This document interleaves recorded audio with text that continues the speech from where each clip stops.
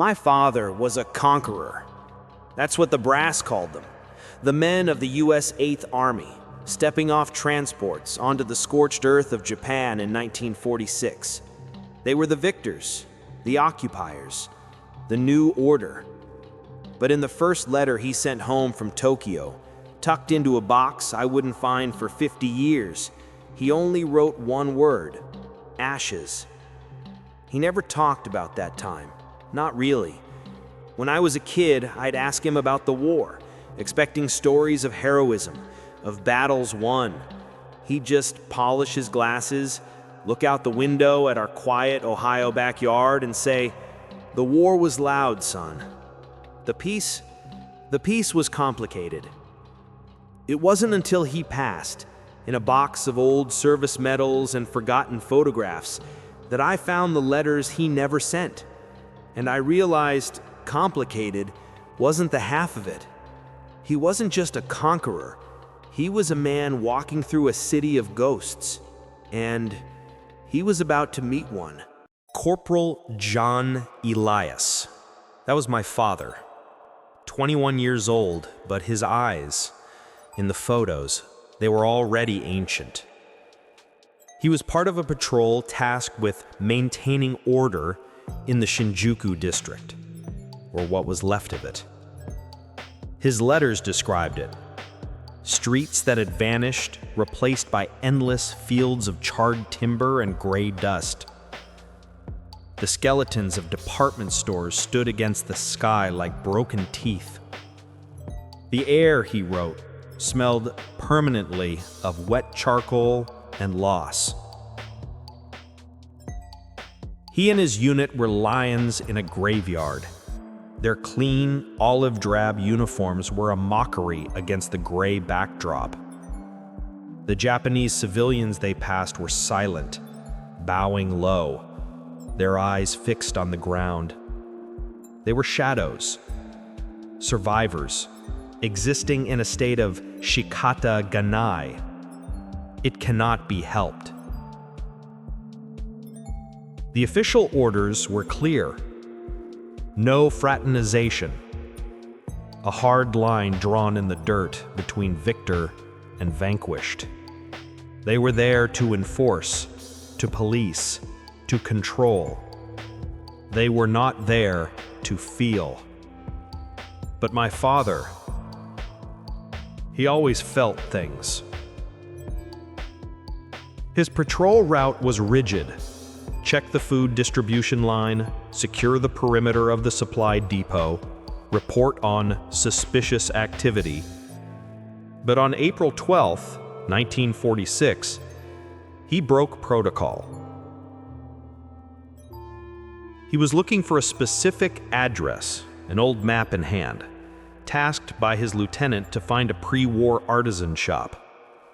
The lieutenant, my father wrote, had a taste for souvenirs. John was supposed to see what was left, maybe requisition something valuable. He turned off the main half-paved road, down an alley so narrow it wasn't on the map. The sound of the jeep, the hammering, it all faded away. Here the silence was different, heavier. The buildings were still standing, but they were hollowed out, their insides scooped out by fire. And in that alley, at the back of a shop that was little more than a doorway into darkness, he found her. He didn't see her at first. He saw what she was doing. In the middle of the burnt-out room, a young woman was kneeling on the floor. Her dark hair was tied back. Her clothes were clean but worn thin. Around her were hundreds of broken pottery, shards of blue and white porcelain. She wasn't crying. She was sorting. With a patience that stunned him, she was picking up fragments, one by one, and placing them into small, neat piles. A tiny chip here, a larger curved piece there. as if by sorting the chaos, she could somehow make it whole again. My father, in his heavy combat boots, holding a rifle, must have looked like a monster. He cleared his throat. Her head snapped up. Her name, he would learn, was Mariko. And in that first second, he saw everything. Not fear. That came later. First, he saw a flash of pure, undiluted hatred. A look that said, "You have taken everything. Now you come for the pieces?" Then, the training took over. Her face became a perfect blank mask. She stood slowly, bowed her head, and waited to be arrested or yelled at or worse. My father's Japanese was non-existent. He pointed to the sign above the door, then to his map. "Store?" he asked. She just stared at the floor. He tried again, feeling foolish, feeling large and clumsy and wrong. I am looking for art." Mariko finally looked up. She pointed to the piles of broken shards on the floor. Then she pointed to herself. Then she made a sweeping gesture around the ruined shop. She didn't need a translator. The message was clear. This is what's left. We are the art. We are the broken pieces. Something in my father, something that had been numbed since the landing craft, broke open. He saw the lieutenant's order for what it was: grave robbing. He looked at this woman, who had nothing, painstakingly curating her own ruins. He backed away slowly. He said the only Japanese word he knew, one he'd heard other soldiers use, meant to be polite. "Arigato." Thank you. He wrote in his letter that night, "I felt like the biggest fool in the world. I thanked her. For what?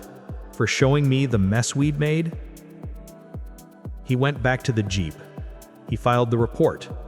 Address not found. Building destroyed. But he couldn't get the image out of his head. The woman, the pieces. The next day, he broke protocol again. This time, he didn't take the Jeep. He walked, and he came bearing an offering. In the pocket of his fatigues, he had a Hershey's chocolate bar. It was currency, more valuable than yen.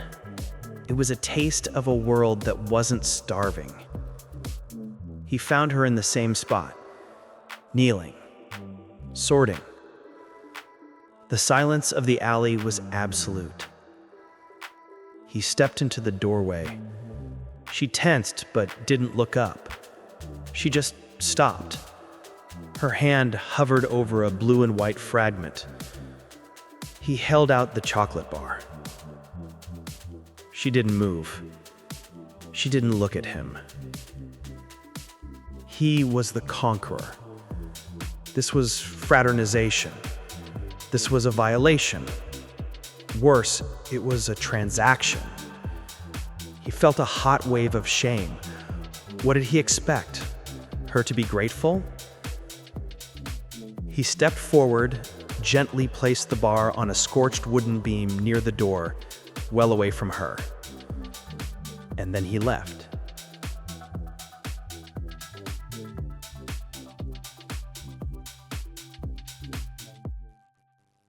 He wrote, "I walked away feeling like a coward. It wasn't kindness. It was a bribe. Or maybe an apology. I don't know which is worse."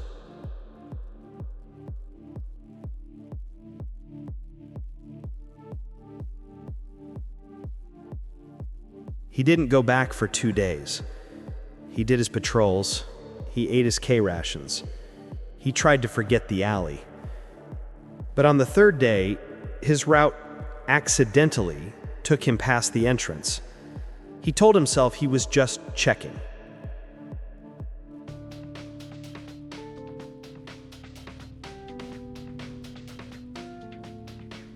He walked down the narrow passage. He looked into the shop. The chocolate bar was gone. He let out a breath he didn't know he'd been holding. In its place, on the exact same spot on the charred beam, sat a single, small, white teacup. It was empty, but it was clean. It was whole.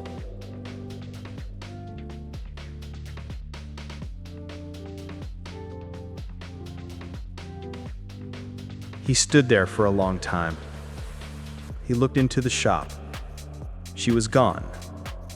Or perhaps she was hiding in the shadows of the back room, watching him. He picked up the cup. It was cool to the touch.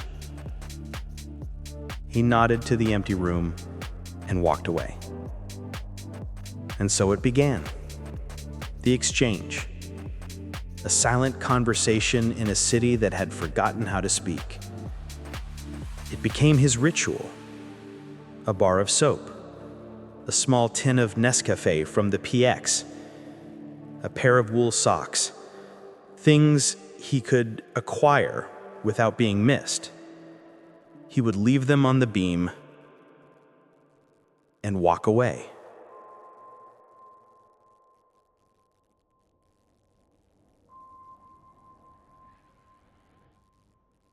The next day, the offering would be gone, and in its place, a new reply. One day, he found his patrol jacket, which he hadn't even realized he'd left behind, folded neatly on the beam. The rip in the sleeve, the one he'd snagged on a nail at the depot, was meticulously stitched. The thread was a dark blue, almost black. It was beautiful. Another day, he left a can of Spam. He returned to find a single, hot, sweet potato, wrapped in a piece of old newspaper. He ate it in the alley, leaning against the wall, and wrote that it was the best thing he had ever tasted. They never spoke. They rarely even saw each other. But this ritual, it became the most real thing in his life. It was a single, fragile thread of order in a world of chaos. He was no longer Corporal Elias, the occupier, and she was no longer just a local. They were two people, building a bridge, one small gesture at a time. He was, of course, being naive. He was a soldier in an occupied country, and bridges like that, they don't go unnoticed. His name was Sergeant Frank Miller. Miller was a lifer, a man who saw the world in black and white. Rules and violations, us and them. He'd been watching my father. He'd noticed the detours. He'd seen the inventory logs at the PX that didn't quite add up. "You're spending a lot of time in that sector, Elias," Miller said one afternoon, his voice oily with suspicion. He was leaning against my father's Jeep, chewing on an unlit cigar. "Your route, huh? Must be a real interesting route. Takes you right past the black market, don't it? Or maybe you just got a local hobby." My father's blood ran cold.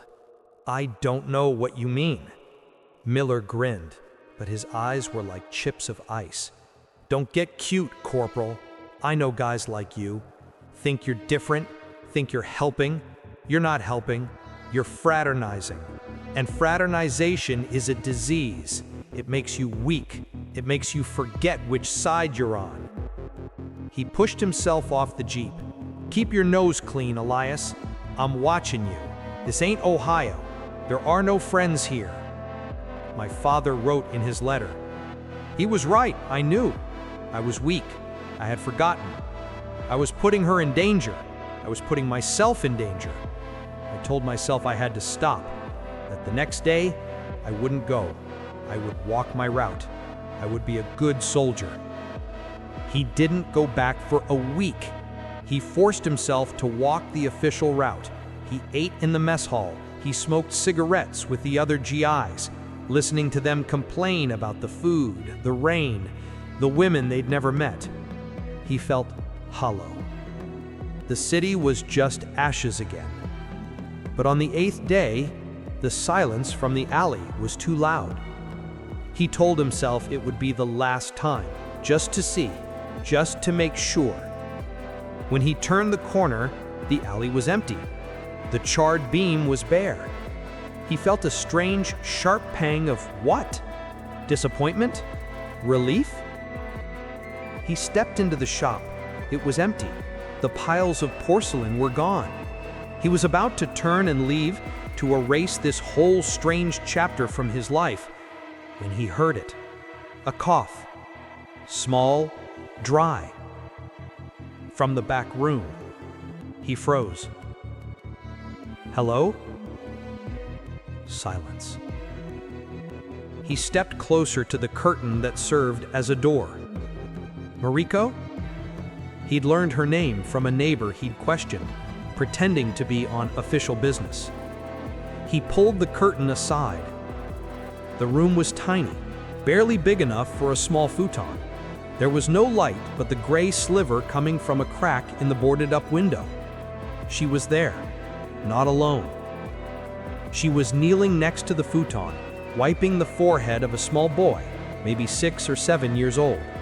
The boy was shivering violently, his face flushed with fever. Mariko looked up at my father, and this time the mask was gone. Her face was a landscape of pure, unadulterated terror. She wasn't afraid of him. She was afraid for the boy. "He is sick," she whispered, her first words to him. Her English was broken but clear. Very sick. This was her brother, Yuto. My father, John, a man who had been trained to kill, stood in the doorway and looked at the sick child. He saw the shallow breathing. He saw the way Mariko's hands trembled as she dipped the rag in a bowl of cold water.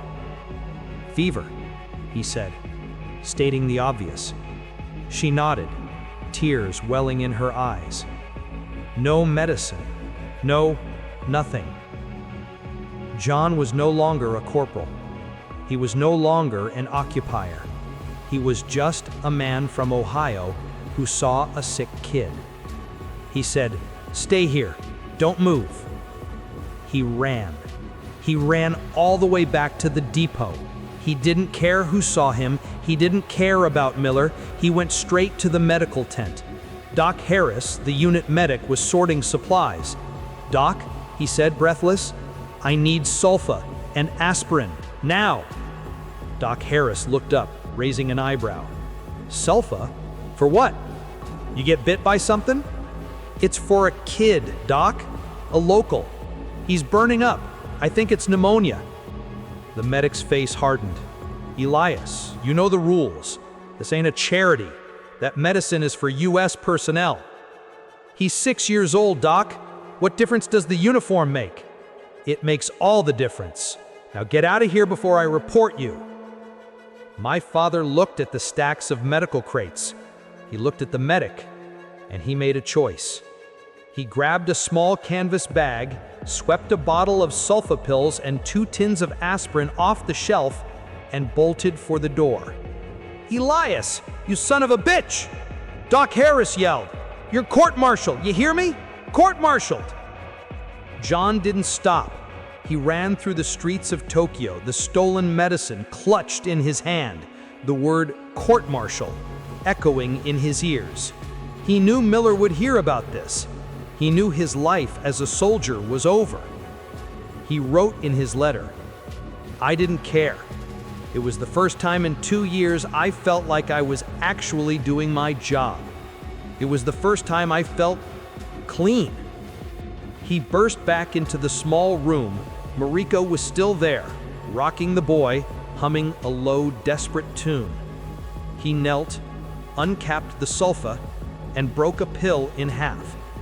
"Water," he said. She scrambled to get the bowl. Together, in the gray half-light of a ruined Tokyo shop, a conqueror and a vanquished woman forced a child to swallow a pill that would save his life. They sat there all night. They sat in silence as the fever raged.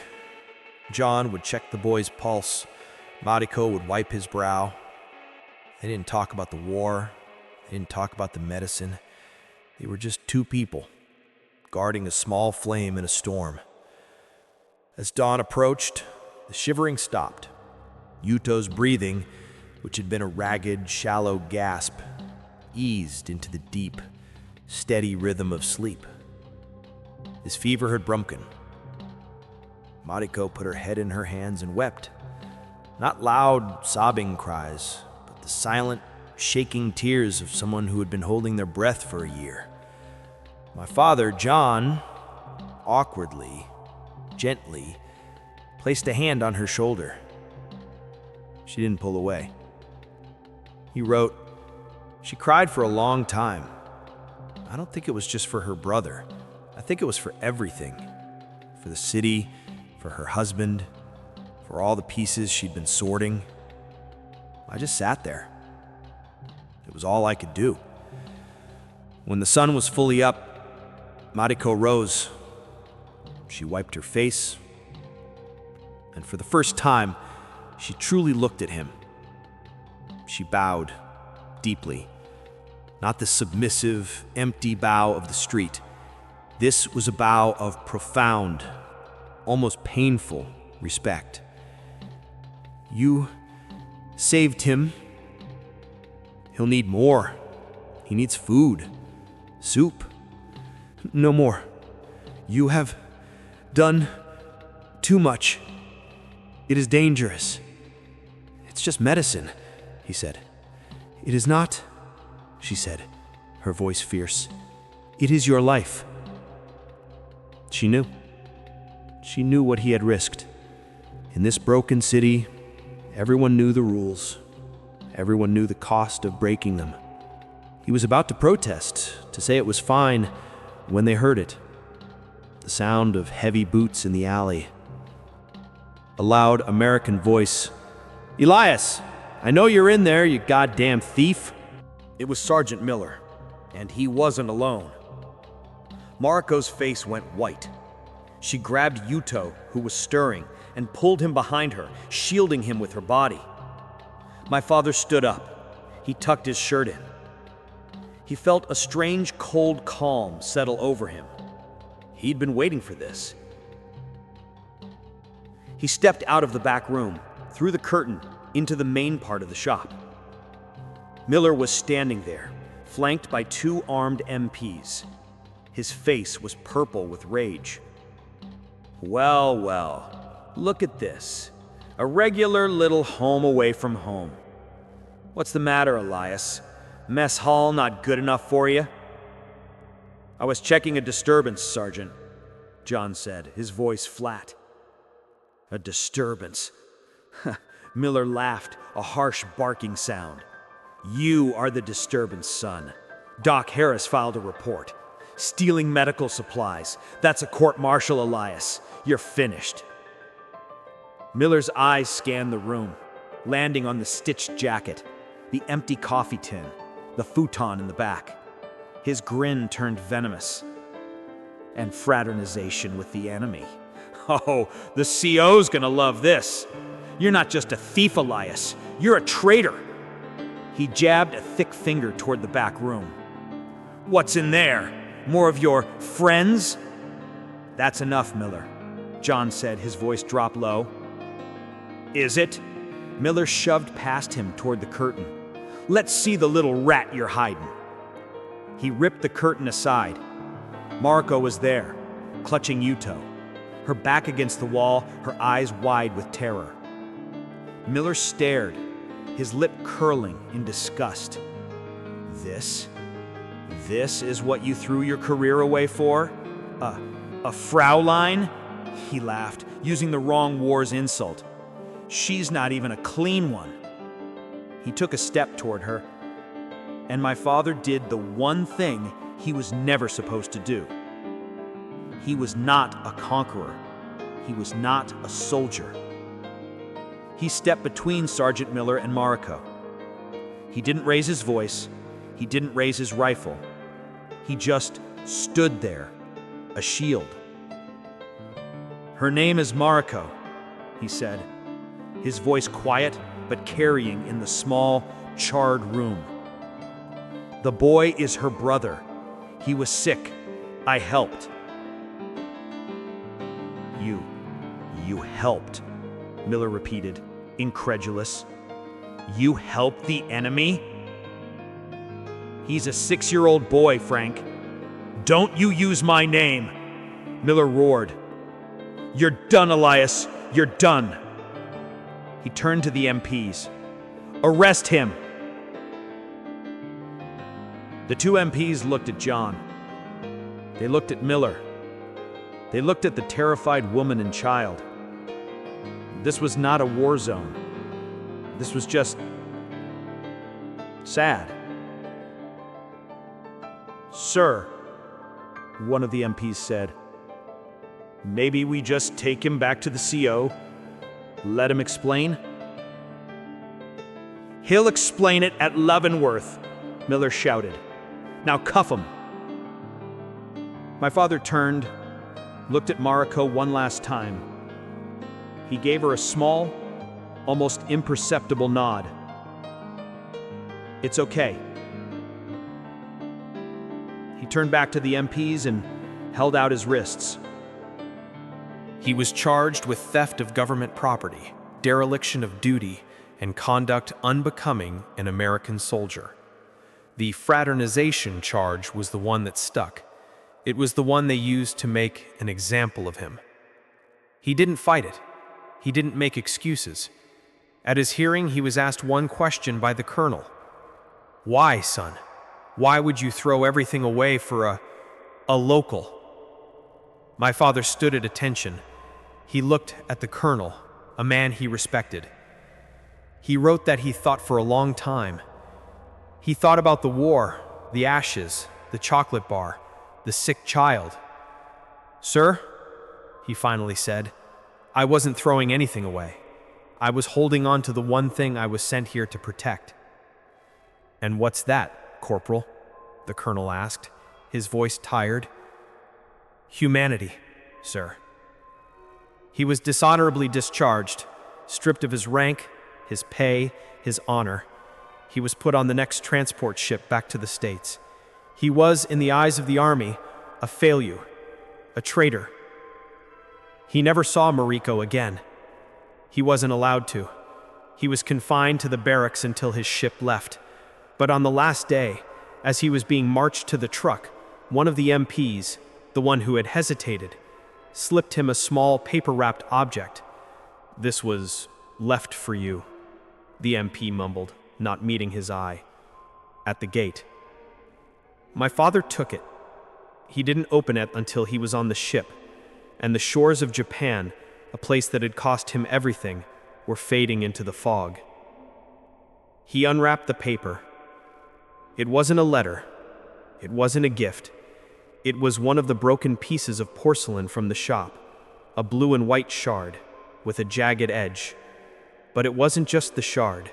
Something had been done to it. The broken edge had been meticulously, beautifully repaired. A thin, bright line of gold held the piece together, not hiding the break, but illuminating it. It was kintsugi, the art of mending what is broken with gold. The philosophy that an object is more beautiful for having been broken. He wrote in his last letter, the one I found at the bottom of the box. I looked at that piece of pottery all the way across the Pacific. I had gone to Tokyo as a conqueror, thinking I was whole and they were broken, but I was wrong. We were all broken. Every one of us. Mariko, she wasn't just sorting the pieces. She was mending. She was teaching me something. Peace isn't about forgetting the war. It's not about pretending the breaks never happened. Peace is the art of mending. It's the gold you use to put the world back together, stronger than it was before. My father came home to Ohio. He never spoke of his discharge. He got a job at the local rail yard. He met my mother. He built a life. To the world, he was just John Elias, a quiet man who liked to fix things. When he died, I found that box. I found the letters, and at the very bottom, wrapped in a silk handkerchief, I found that piece of blue and white porcelain. I hold it in my hand now. I can feel the smooth, cool to the touch ceramic. I can feel the delicate glazed line of gold. He was never a conqueror. He was a mender. He was a man who, in a city of ashes, saw a broken piece of the world, and instead of walking by, stopped. He stopped and he offered a piece of his own. And in that one small, forbidden act of kindness, he taught me what peace really means.